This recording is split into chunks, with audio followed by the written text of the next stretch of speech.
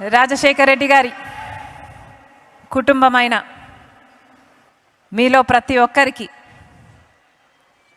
వేదిక మీదున్న ఇంతమంది పెద్ద పెద్ద నాయకులందరికీ, సోనియా గాంధీ గారికి ప్రత్యేకంగా రాజశేఖర రెడ్డి గారి 75వ జయంతి సందర్భంగా లెటర్ ద్వారా మెసేజ్ పంపించారు. వారికి, రాహుల్ గాంధీ గారికి వీడియో మెసేజ్ అదే పనిగా రాజశేఖర రెడ్డి గారి జయంతి సందర్భంగా ఈరోజు పొద్దున పంపించారు. వీరందరికీ, హాజరైన మీ అందరికీ, హాజరు కాలేని రాజశేఖర రెడ్డి గారి ప్రతి అభిమానికి మీ రాజశేఖర రెడ్డి బిడ్డ శిరస్సు వంచి చేతులు జోడించి మనస్ఫూర్తిగా నమస్కరించుకుంటోంది.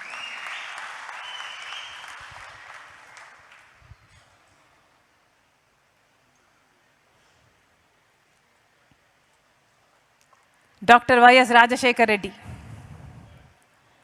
ఆ మనిషి గుర్తు రాగానే మొట్టమొదట గుర్తొచ్చే అంశం ముఖం నిండా చిరునవ్వు. నడుచుకుంటూ వస్తే రాజసమే నడుచుకుంటూ వస్తుందా అన్నట్టుగా ఉండేది. ఆ ఖద్దరు పంచ దగ్గరికి వచ్చి పాప్స్ అని చేయి చాచినప్పుడల్లా, నన్ను దగ్గరికి తీసుకున్నప్పుడల్లా ఎంత ధైర్యమో మాటల్లో చెప్పలేనిది.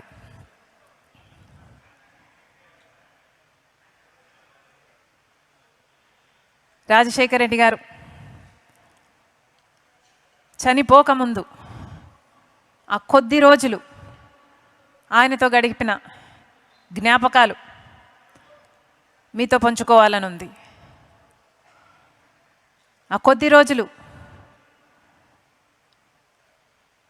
ఆల్మోస్ట్ నాన్నని నేను కలిసిన ఆఖరిసారి కావచ్చు. ఆ రోజు కలిశాను, మరుసటి రోజు నేను బెంగళూరుకు వెళ్ళిపోవడం జరిగింది. ఆ రోజు రాత్రి నేను కలిసినప్పుడు నాన్న మాట,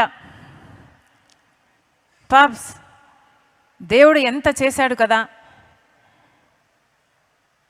మన జీవితాల్లో దేవుడు ఎంత చేశాడు,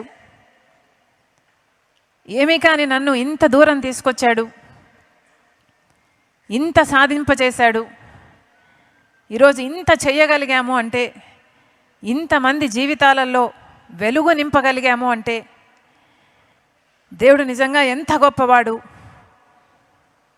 ఎక్కడో ఉన్న వారిని తీసుకొచ్చి ఇంత ఎత్తున నిలిపాడు, ఇంత అవకాశాన్ని ఇచ్చాడు అని దేవునికి ఎంతో గ్రేట్ఫుల్గా ఉన్నాడు. ఉంటూ ఇంకో మాట కూడా అన్నాడు, పాప్స్ నా జీవితము జలయజ్ఞాని కోసమే దేవుడు పుట్టించాడేమో, జలయజ్ఞం నేను చేయగలిగితే నా జీవితం, నా పర్పస్ నేను ఫుల్ఫిల్ చేసిన వాడిని అవుతాను. ఇవన్నీ, మిగతాటివన్నీ, ఆరోగ్యశ్రీ అయినా, ఫీజు రీయింబర్స్మెంట్ అయినా, ఇందిరమ్మ ఇల్లు అయినా, 108 ఇవన్నీ బోనస్. కానీ జలయజ్ఞం మాత్రం నా హృదయానికి చాలా దగ్గర అన్నాడు. ఆ విషయం నాకే కాదు, క్యాప్టెన్ మామ కూడా, కేవీపీ రామచంద్రరావు గారికి కూడా బాగా తెలిసిన విషయం. ఎందుకంటే ఎలక్షన్లో కౌంటింగ్ జరుగుతున్న సమయంలో నాన్న చాలా టెన్షన్ పడ్డ అంశం ఏది అంటే, ఎందుకు అంటే, ఒకవేళ మనం మళ్ళీ అధికారంలోకి రాకలేకపోతే జలయజ్ఞం ఏమవుతుంది, అన్ని ప్రాజెక్టులు ఆగిపోతాయి, ఈ ప్రాజెక్టులలో పెట్టిన డబ్బంతా వృధా అయిపోతుంది, వచ్చే నాయకులు పట్టించుకోరు, జలయజ్ఞం పూర్తి కాదు, 1 కోటి ఎకరాలకు నీళ్ళు ఇవ్వలేమని చాలా టెన్షన్ పడ్డాడు. అంత టెన్షన్ బహుశా తన జీవితంలో ఎప్పుడూ దేనికి పడుండడు.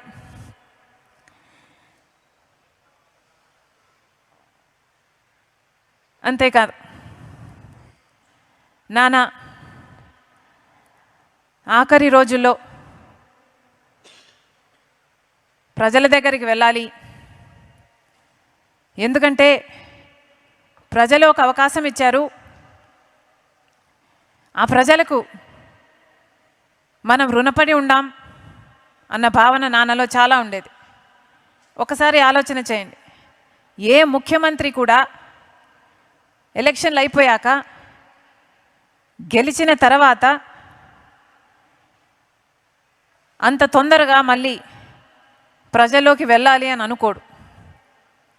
కానీ రాజశేఖర రెడ్డి గారు మాత్రం సాచురేషన్ పద్ధతిలో ప్రతి పథకము ప్రజలకు అందాలి, ఇంకా ఇల్లు లేని వారు ఉన్నారేమో, ఇంకా ఆరోగ్యశ్రీ అందని వారు ఉన్నారేమో, ఇంకా ఫీజు రీయింబర్స్మెంట్ అందని వారు ఉన్నారేమో, ఎవరికి ఏ అవసరం ఉన్నా అవసరం తీర్చాలి అని రచ్చబండ కార్యక్రమం ప్లాన్ చేశాడు రాజశేఖర రెడ్డి గారు. అసలు ఏం అవసరం ఉంది? నాకు ఒక్కొక్కసారి అనుకుంటే అసలు ఏం అవసరం ఉంది? ముఖ్యమంత్రిగా 5 సంవత్సరాలు పనిచేశాడు. ఆ పనితీరును బట్టి ప్రజలు ఆయనను ఆశీర్వదించారు. ఆయన గెలిచాడు.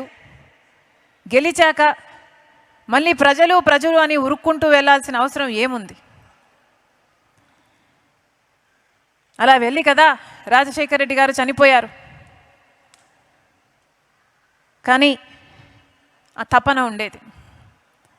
చాలామందికి ఒకసారి అధికారం వచ్చిన తర్వాత అధికారం అనుభవిస్తారు. అధికారం అనుభవించే క్రమంలో ఆ భోగాలలో ప్రజలకు దూరం అవుతారు. మొదట్లో రామకృష్ణ అన్న చెప్పినట్టు అధికారం లేనప్పుడు పాదయాత్రలు చేస్తారు, పోరాటాలు చేస్తారు. కానీ అధికారం వచ్చిన తర్వాత అవన్నీ మర్చిపోతారు. కానీ రాజశేఖర రెడ్డి గారు 5 సంవత్సరాలు ముఖ్యమంత్రి అయిన తర్వాత, సేవ చేసిన తర్వాత, అంత అద్భుతమైన పథకాల రూపకల్పన చేసి అద్భుతంగా అమలు చేసిన తర్వాత, గెలిచిన తర్వాత మళ్ళీ ప్రజల్లోకి పోవాలి అని ఉరుక్కుంటూ వెళ్ళి మనందరికీ దూరం అయ్యాడు రాజశేఖర రెడ్డి గారు. ఎంతమంది ఉంటారు అలాంటి నాయకులు? వెతికినా కనిపించరు, భూతద్దం పెట్టి వెతికినా కనిపించరు అలాంటి నాయకులు. ఇదే రాజశేఖర రెడ్డి గారితో, నాన్నతో నేను ఒకప్పుడు అన్న మాట, పా నువ్వు అనుకున్నంత మెజారిటీ రాలేదు కదా రెండోసారి గెలిచినప్పుడు. కారణం ఏమిటి? నువ్వు నీ ప్రజలను ఎంతగానో ప్రేమించావు, నిత్యం తప్పించావు, ఎన్నో పథకాలకు రూపకల్పన చేశావు. ఆ పథకాల గురించి మళ్ళీ ఇంటికి వచ్చి ప్రతిరోజు ఇది ఇది ఇది ఇది అని, ఇది ఇలా చేస్తున్నాం, ఇది ఇలా చేస్తున్నాం, ఈ పథకం ఇంతమందికి అందుతుంది, ఇంతమందికి లబ్ధి చేరుతుంది అని ఈ 5 సంవత్సరాలు అంత ఎగ్జైట్మెంట్తో ఇన్ని పథకాలు చేశావు, ఇంత ప్రేమించావు. కానీ ఏమైంది? నువ్వు ప్రేమించినంతగా నీ ప్రజలు నిన్ను మళ్ళీ ప్రేమించినట్టు లేరు కదా అని అన్నాను. మెజారిటీ తక్కువ వచ్చింది కాబట్టి. దానికి ఆయన ఏమీ అనలేదు, నవ్వాడు, చిరునవ్వు, పర్వాలేదులే పాప్స్ అన్నాడు. కానీ ఆ రోజు అర్థం కాలేదు నాకు ప్రజలు ఆయనను ఎంత ప్రేమించారు అని. ఏ రోజు అర్థమైందంటే, నాన్న చనిపోయిన తర్వాత రాజశేఖర రెడ్డి గారు చనిపోయారు అని వార్త విని ఆ నిజం భరించలేక, ఆ నిజాన్ని జీర్ణించుకోలేక ఎంతోమంది 700 మందికి పైగా ఆయన వెనకాలే చనిపోయారు. ఆ రోజు అర్థమైంది నాన్న తన ప్రజల్ని ఎంతగా ప్రేమించాడు, ప్రజలు కూడా తనని అంతగా ప్రేమించాడు అని. లేకపోతే నాన్న నన్ను ఎంతగానో ప్రేమించాడు, నేను నాన్నని ఎంతగానో ప్రేమించాను, అయినా నేనే బతికే ఉన్నా, మేము ఎలా బతుకున్నాం, అమ్మ నేను ఎలా బతుకున్నాం, కానీ ఇంతమంది చనిపోయారు, ఎంత గొప్ప ప్రేమ వాళ్ళది అని ఆ రోజు అర్థమైంది. ఇలాంటివి అంతేకాదు, రాజశేఖర రెడ్డి గారు రాజకీయంగా చూసుకుంటే ఆఖరి రోజుల్లో కాంగ్రెస్ పార్టీ అధికారంలో ఉండాలి, కాంగ్రెస్ పార్టీ అయితేనే ఈ దేశానికి మంచిది అని పూర్తిగా విశ్వసించి పనిచేసినవాడు. కాంగ్రెస్ పార్టీలో ఉన్న నిబంధత అయితే ఏమి, కాంగ్రెస్ పార్టీలో అయితే ఉన్న వర్కింగ్ సిస్టమ్ అయితేనేమి, ఆ వర్కింగ్ సిస్టంలో వచ్చే హ్యూమిలిటీ అయితేనేమి, ఆ హంబుల్నెస్ అయితేనేమి, ఇవన్నీ కాంగ్రెస్ పార్టీతోనే సాధ్యం. కాంగ్రెస్ పార్టీ అయితేనే ఇందిరమ్మ దగ్గర నుంచి, రాజీవ్ గాంధీ దగ్గర నుంచి ఎన్నో అద్భుతమైన పేదల కోసం, సంక్షేమం కోసం, అభివృద్ధి కోసం ఆలోచన చేసి దేశాన్ని పైకి తేగలదు అని పూర్తిగా విశ్వసించిన వ్యక్తి రాజశేఖర రెడ్డి గారు. అంతేకాదు, అదే క్రమంలో, అదే సమయంలో బీజేపీ పార్టీకి బద్ధ వ్యతిరేకి రాజశేఖర రెడ్డి గారు. ఎందుకంటే బీజేపీ పార్టీ సెంటిమెంట్ను అడ్డు పెట్టుకుని రాజకీయాలు చేసే పార్టీ. బీజేపీ పార్టీ మతాన్ని అడ్డు పెట్టుకొని రాజకీయాలు చేసే పార్టీ. ఒక హిజాబ్ అయినా, ఒక పుల్వామా అయినా, గోద్రా అయినా, మణిపూర్ అయినా, రామ్ మందిర్ అయినా, ఏదైనా ఇదే బీజేపీకి తెలిసిన రాజకీయం. అందుకే బీజేపీ పార్టీకి బద్ధ వ్యతిరేకి రాజశేఖర రెడ్డి గారు. ఈరోజు మళ్ళీ చెప్తున్నాం, రాజశేఖర రెడ్డి గారి వారసులు అని చెప్పుకుంటున్న వాళ్ళు, వారి ఆశయాలను నిలబెడుతున్నామని చెప్పుకుంటున్న వాళ్ళందరికీ అలాంటి బీజేపీ పార్టీతో మీరు తెర వెనుకల పొత్తులు పెట్టుకున్నారు. మీరు ఎలా అవుతారు రాజశేఖర రెడ్డి గారి ఆశయాలను నిలబెట్టిన వాళ్ళు? ఒకసారి ఆలోచన చేసుకోవాలి. ఆఖరి రోజుల్లో రాజశేఖర రెడ్డి గారు